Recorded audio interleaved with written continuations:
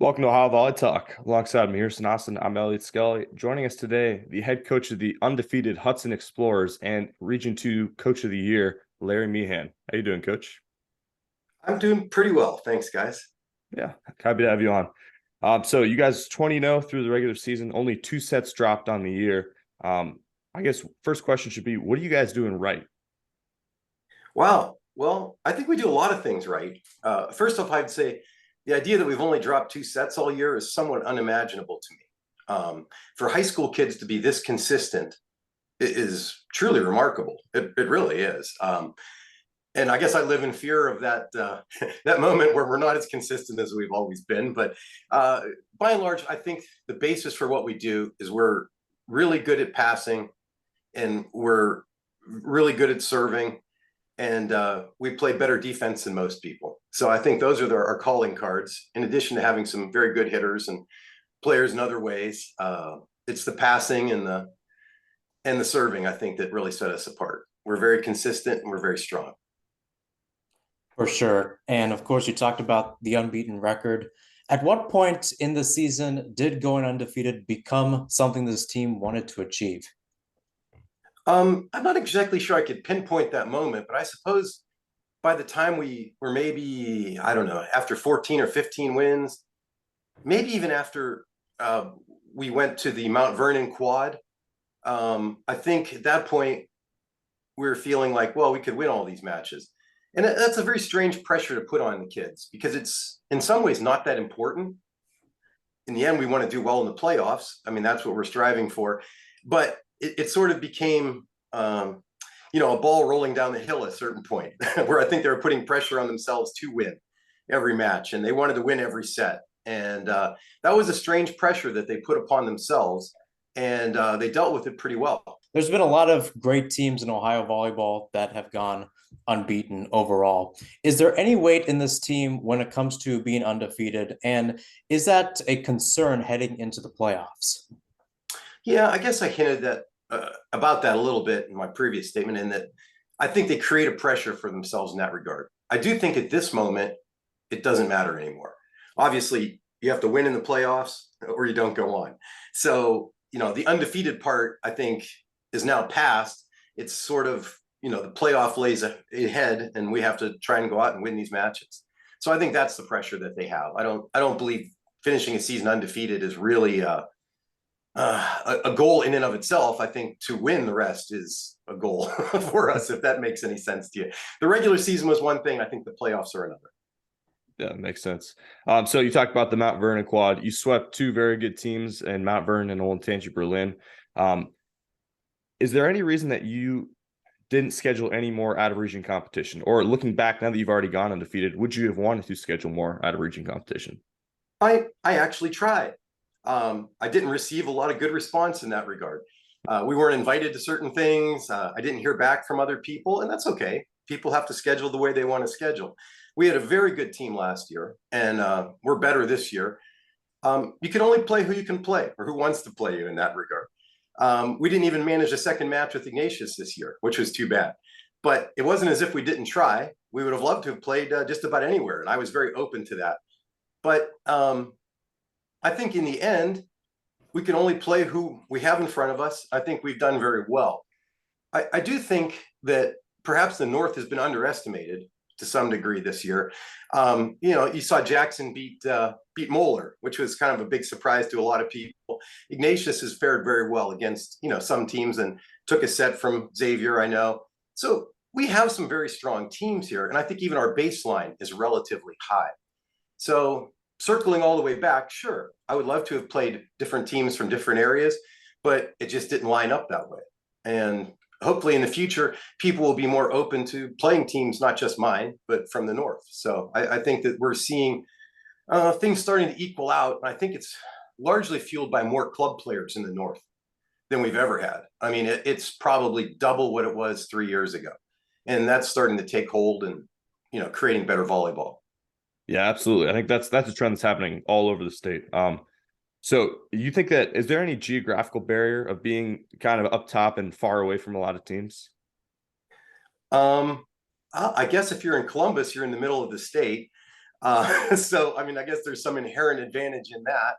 I don't know that we're that much further than, for instance, Mount Vernon traveling to Cincinnati, or somebody on the east side of Columbus traveling to Cincinnati. We're probably not that much further. We're closer to Akron than Cleveland. So I guess it's all connected by highway.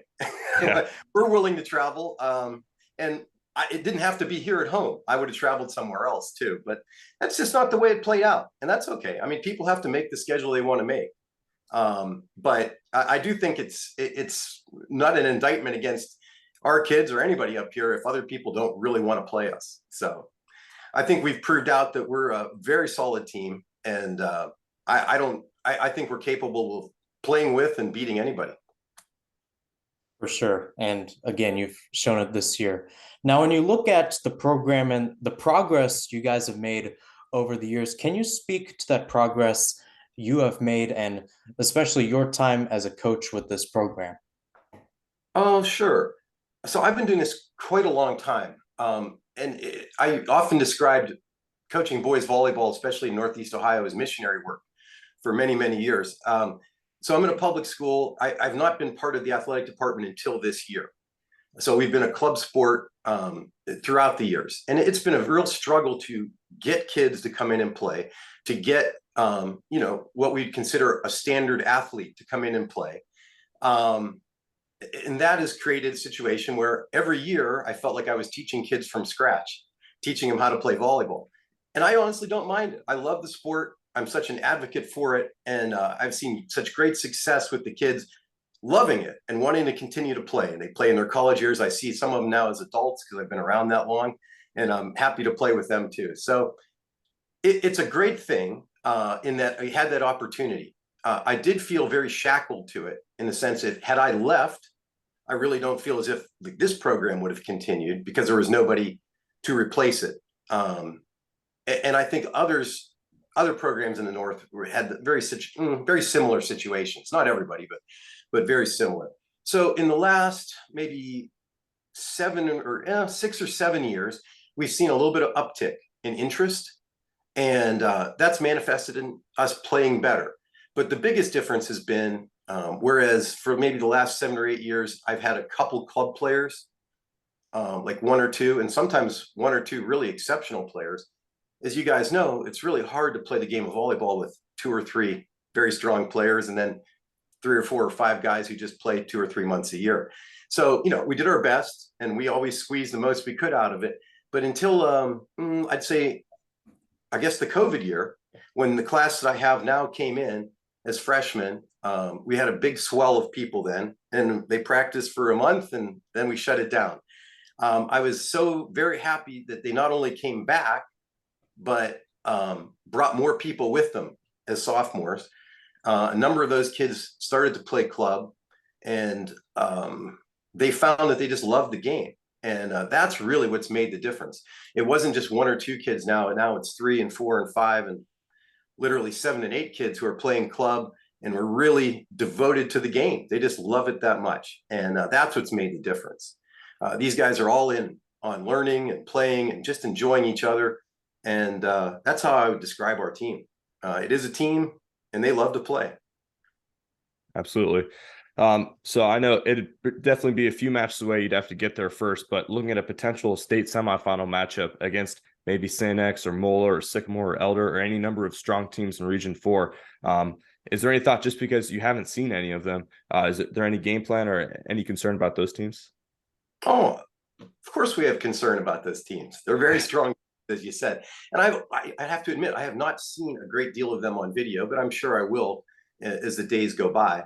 As you alluded to, I'm certainly not taking the region for granted.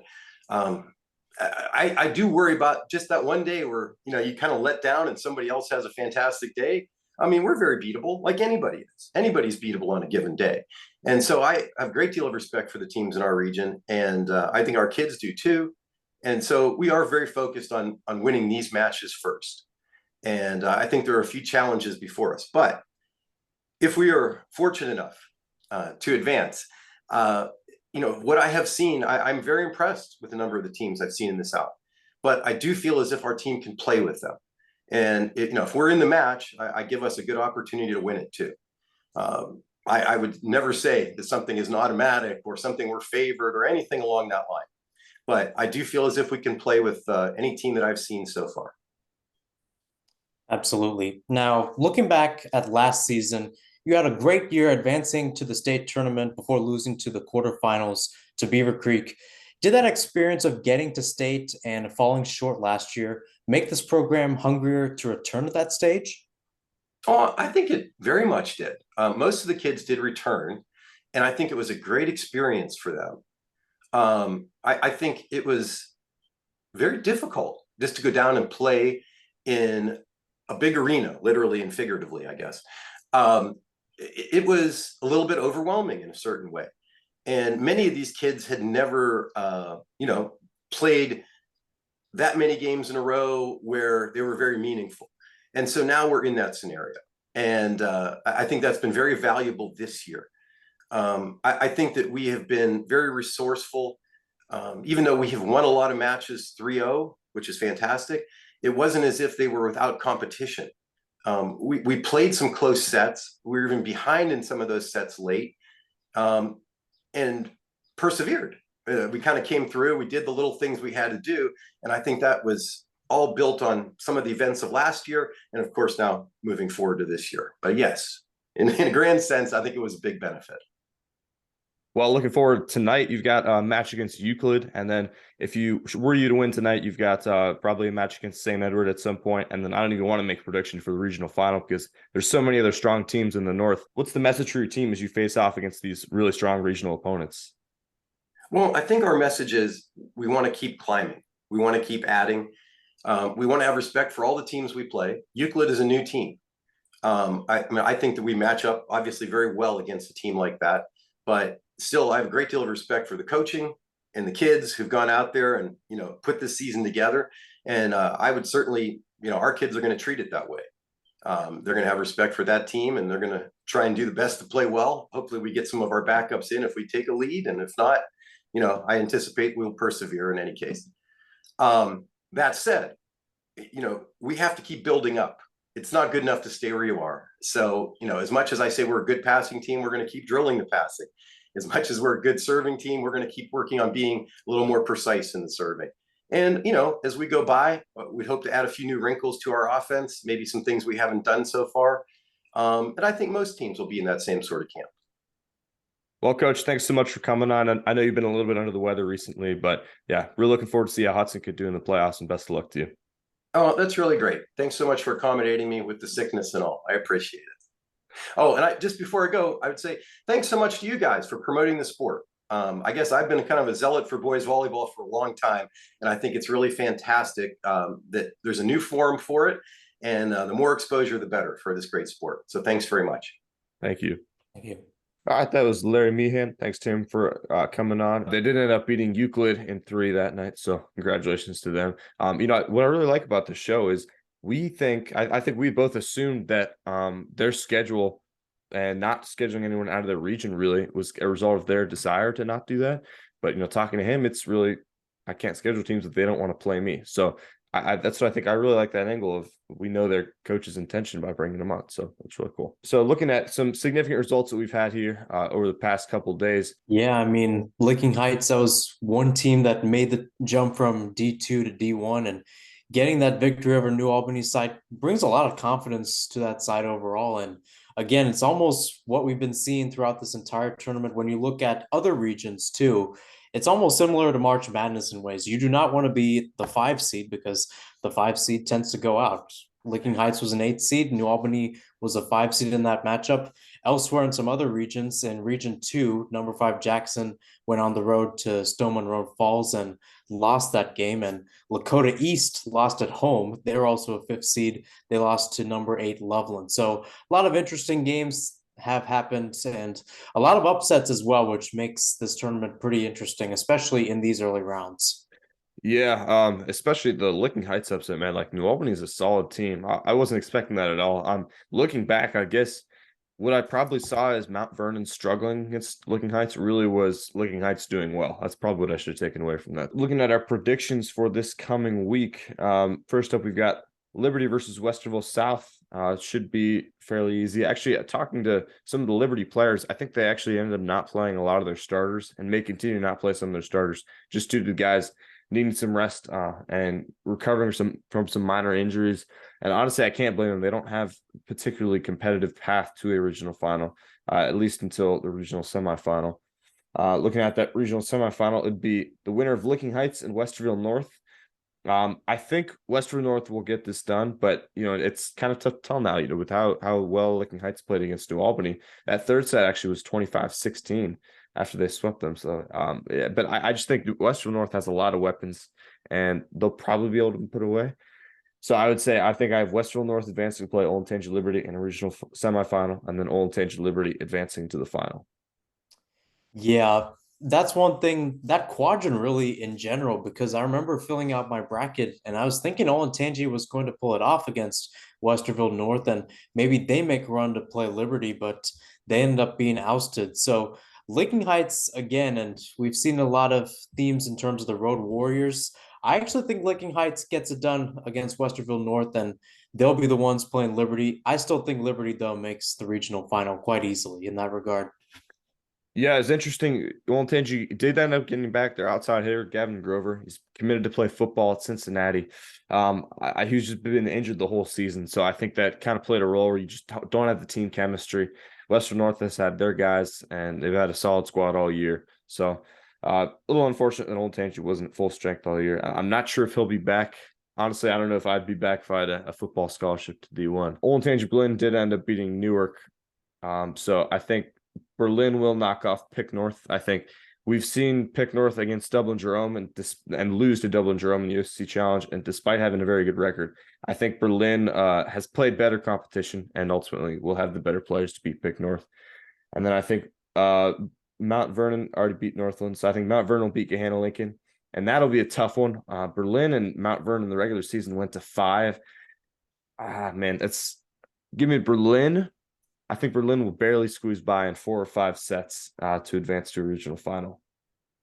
Yeah, that's going to be a very interesting regional semifinal. I agree with you. It's going to be Berlin versus Mount Vernon, but I actually have to go Yellow Jackets on this one. I actually think in this case, the experience of playing the Bears before, albeit that went to 5, and Mount Vernon has not looked, I would probably say, at their best compared to what we saw earlier this year.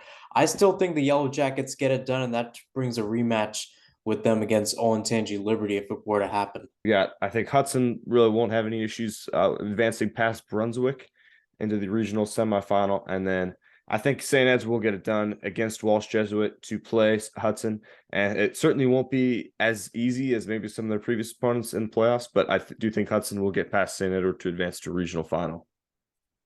Yeah, I'd agree. And St. Ed's, again, pretty strong. Walsh Jesuits as well, keeping in the theme of teams making the jump from D2 to D1. Big win for them on the road at Nordonia. Unfortunately, I just don't think they can beat St. Ed's. It should be a close game, but give me the hosts to win there. And then I think Hudson, once again, they've got an easy path to the regional final, and I think we'll see them there on May 20th. And then on the other side of the bracket, we got Ignatius against Firestone. That's going to be, man, like a tough one. Like there's so many, all the matches on this side of the bracket are going to be just nail biters. I think Firestone, if I'm not mistaken, they already beat Ignatius in 5 this year. I would say give me Ignatius to get past it. And then we've got Stowe actually just beat Jackson earlier today in 5. So it'll be Stowe against Brecksville Broadview Heights. I think Brecksville Broadview Heights will get it done and will play Ignatius in the final. In the regional semifinal. And then actually give me Brecksville Broadview Heights to advance past St. Ignatius to play Hudson in the regional final. Yeah, I'd agree. And Ignatius, too, rematch against Firestone. They're going to have the whole field advantage for that game. And I think they get it done. And Brecksville Broadview, again, they've been a pretty strong team this year and they've had a pretty good resume. Underrated at times compared to other teams, but I think they'll really show what this team is made of in these next few games. First by beating Stowe and then by beating Ignatius. Should set up an interesting regional final should it happen, because Brecksville Broadview actually took 2 sets off of Hudson earlier this year. The only team to take a set off of Hudson this year. That's true. In Region 3, first up here, in regional quarterfinal, we get a barn beater, Worthington Kilbourne against Beaver Creek. I think Beaver Creek will get it done, but it will not be easy. Kilbourne is a very solid team. And then to play them in the regional final, I think Jerome, they've already beaten Dublin Kaufman in 2 at the Battle of Dublin in the regular season. So Jerome shouldn't have any issues getting past them. It'll be Jerome and Beaver Creek in the regional semifinal. And give me Jerome to win that. I think Jerome can get that done. Yeah, I'd agree with you there. And it just seems like from what we're seeing based off trends, Beaver Creek is almost flatlining right now. Whereas Dublin Jerome, even though they've had a lot of competition this year, especially in that OCC, they have definitely increased over time. Give me them to beat Kaufman. And I have to agree with you, Elliot. I think they get it done against Beaver Creek. Yeah, I mean, I just want to read it again. I mean, look at Beaver Creek's the 1 seed, and I would say they have probably one of the toughest paths to a regional final, right? Like, not only are they on the side with Jerome and Kilbourne instead of just Jerome or just Kilbourne, they have to play Kilbourne and Jerome in order to advance. They don't really have any time off aside from that first match against Northmont. On the other side of the bracket, Derby's on fire. I don't think they'll have any issues beating Fairmont. And then I think Thomas Worthington Upper Arlington, that'll be a really interesting match. I think Thomas Worthington can get it done.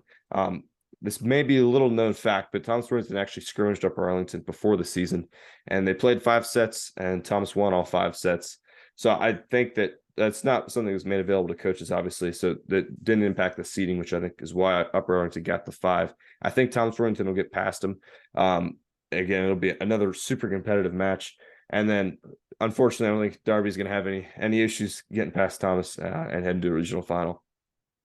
Yeah, Thomas Worthington, Upper Arlington. That's one game, when I was looking at my predictions, it seemed like a toss-up, and I won't be surprised if that one goes to extra sets or it's going to be decided by a few points in the 5th. But give me Thomas Worthington to win that. But like you said, Elliot, Darby is unstoppable right now, and I think they beat Fairmont, they beat TW, and they'll be on to the regional final. Should be an interesting matchup with the 2 OCC teams facing each other. If it were to happen, Dublin Jerome versus Darby. All right, looking at Region 4. First up, we've got LaSalle versus St. X. Now, they did go to 4, a very close 4th set in the regular season, so it's by no means a freebie win. I do think St. X will get it done.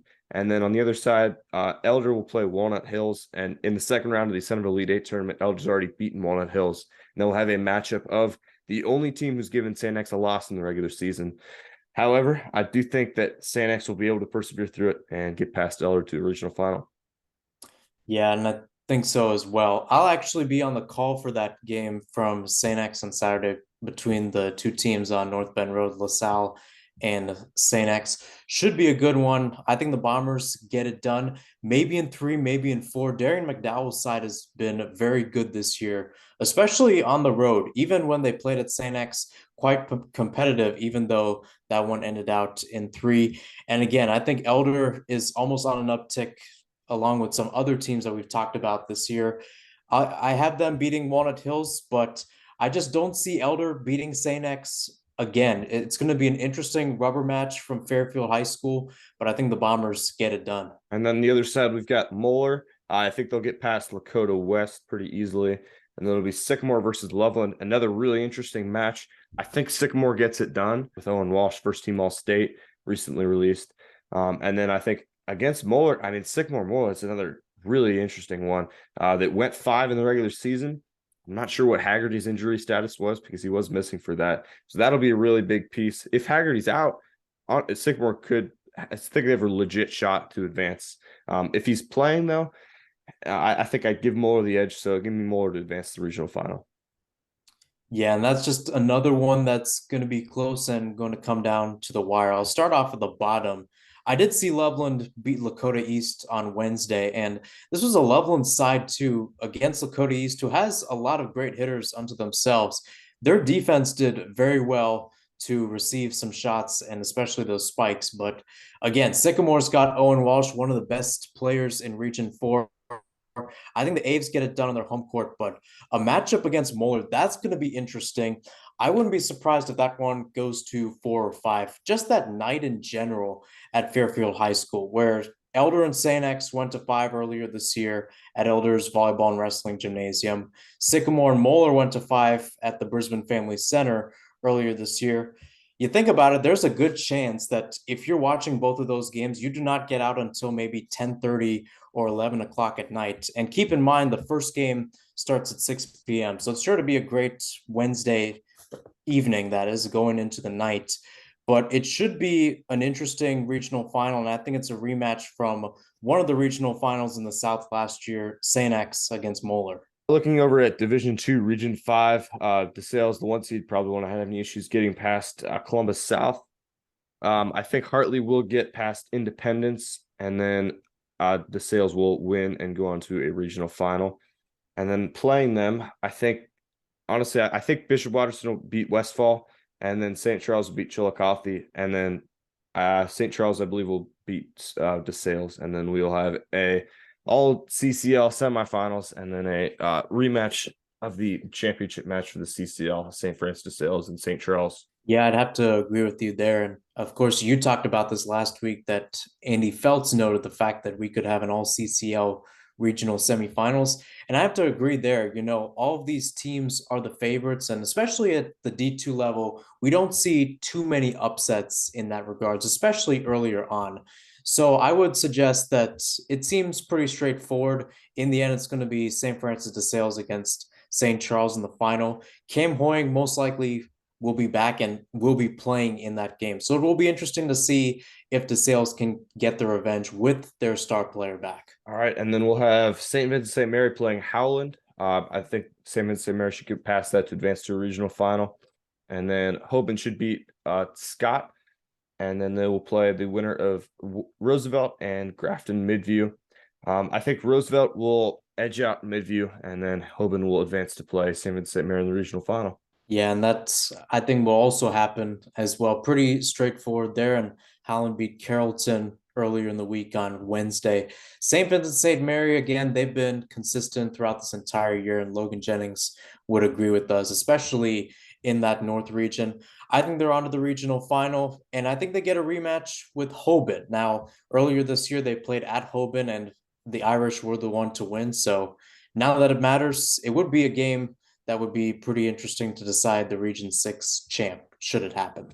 And then in Region 7, Villa Angel St. Joseph should move on. And then I would guess, just based off seeding, Barter Early College would advance past Chardon, and Berkshire would move on past NDCL. And then that one should be kind of a toss-up, but I think Berkshire will advance to play VASJ in the regional final.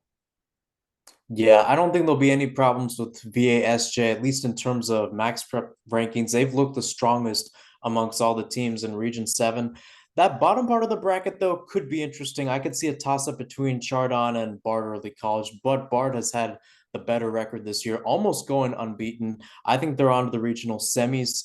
Would be interesting should they face Berkshire, but I have to agree with you there. I think it's another 2 seed versus 1 seed for the final. In our final D2 region, I think that, man, Bishop Fenwick Bain is going to be a very good one. I think Fenwick gets past them to move on, and then Carroll will beat Alter, and then I think Fenwick will get past Carroll. But man, again, like, that's just such a tough stretch of matches to get through. But I do think we'll see Fenwick get into a regional final. Yeah, that's going to be an interesting slate in general. The one benefit I would say from all of these games, I should preface that all of these matches on Saturday were supposed to start at 6 p.m.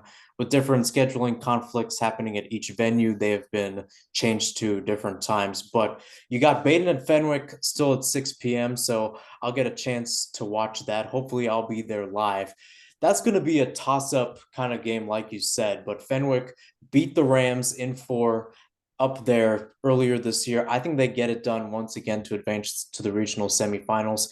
Carroll should take good care of Alter. That Fenwick Carroll game should be interesting. And I said this in my bracket, and I'll say it again. I actually think Carroll pulls the upset there, and we'll see them in the regional final. Yeah, really interesting. I think we could see Baden, Fenwick, or Carroll realistically get to a regional final. So it should be a really interesting stretch of games there. And to play them, I don't think Roger Bacon will have issues getting past CJ. And then Taylor McNicholas is an interesting one. Give me Taylor to advance. I think they can get past him, and then Roger Bacon will see them in the regional final. Interesting that I think Roger Bacon has the easier path as a 2 seed compared to Fenwick as the 1 seed. Yeah, that is interesting overall, and maybe it's just deciding, or rather, it's probably the other teams deciding where they go. Baden lost to Roger Bacon earlier this year, so that could have had something to do with it. But nonetheless, on that bottom side of the bracket, it's just interesting overall. Bacon's going to beat CJ. I might check that one out if I have time. But McNick Taylor, boy, that's going to be another interesting one. And I think if it's not for a matchup like Baden Fenwick in the region quarterfinals, that's probably that spotlight match for that round. Just knowing the two teams that are going at each other. Plus, Taylor has just had substantial growth, especially from last year to this year. And ever since their program started, historical game for them. And I think it will end out in a historical win as well. Give me Taylor to face Roger Bacon in the regional semis, but I think the Spartans get it done. So finally, just to close out here, we did get access to the all-state teams. The highlights: Coach of the Year and Player of the Year in Division I were Bill Ferris and Bentley Meyer from St. X, and in Division II, it was Cameron Hoying and Andy Feltz, both from DeSales. So congratulations to them. I think I don't know. I'm not really going on a limb here. Best team in D1 and best team in D2. It was their coach and their best player. So it's interesting. I think maybe there's a little bit too much of that going on in the voting, where you're just looking at who was the best team and who's the best player on that team. Must be the best player in the state, and that's not always the case. I think Bentley Myers is a solid pick for Player of the Year, and obviously I think Hoying is a great player, but I think that Costco probably did deserve it just based on the season he had. 291 kills, hit 610. That seemed, as a middle hitter, that seemed like he deserved it to me. But obviously coaches thought differently. Yeah, that's the thing. And again, if you've heard my broadcast, I like to pull stats. And Bobby Costco, boy, did he have a great one. But you and I were talking earlier, Elliot, about how important Cam Hoying is to St. Francis de Sales. And in my opinion, him being on the court and him being off the court is the difference between de Sales being a state contender and de Sales not being a state contender. And we've seen that this year when Hoying is not on the court, such as when they played Dublin Jerome and lost badly at home in 3, or even when they went to St. Charles and again, a bad loss in 3. Cam Hoying, the 6'8" setter, really showing out and really being an anchor in this DeSales team in hopes that they can get over the top. Looking at D1, again, in my opinion, just thinking about it, it was going to come between Bentley Meyer and Caden Whiteside. Again, Whiteside's had a great year for Olentangy Liberty, and he showed some signs of it, especially in that state tournament against Moeller last year.